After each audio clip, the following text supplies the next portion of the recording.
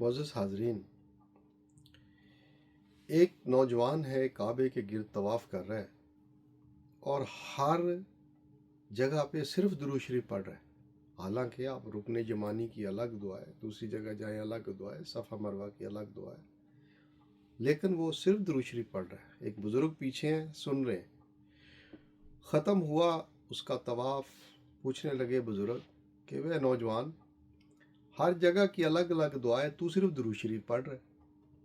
مایا کہ میرے ساتھ جو ہوا ہے وہ آپ سنیں گے تو آپ کو پتہ چلے گا میں درود شریف کیوں پڑھ رہا ہوں. میں نے اتنی طاقت دیکھی ہے درود شریف سے. نوجوان کیا ہوا؟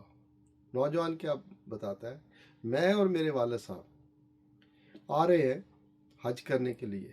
راستے میں میرے والد کا انتقال ہو گیا. کیا ہوا کہ جو ہی وہ فوت ہوا اس کی شکل گدھے کی بن گئی.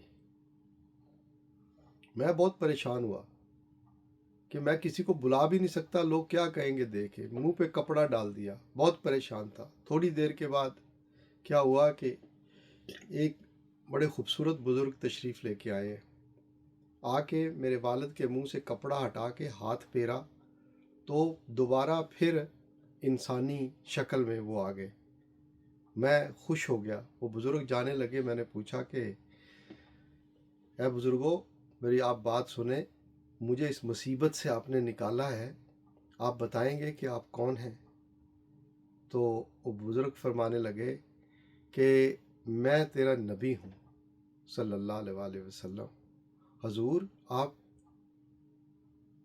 باپ کا چہرہ ایسے کیوں بدلا اور آپ پھر کیوں تشریف لے کے آئے؟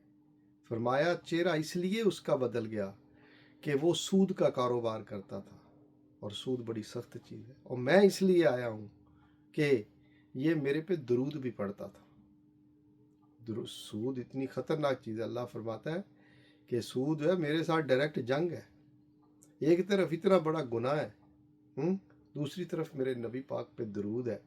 تو درود جو ہے اس میں اتنی طاقت ہے کہ آپ کے گناہوں کو مٹا دیتا ہے.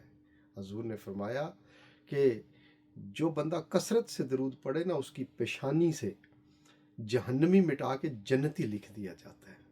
اللہ کرے ہمیں کثرت درود عطا ہو. آمین.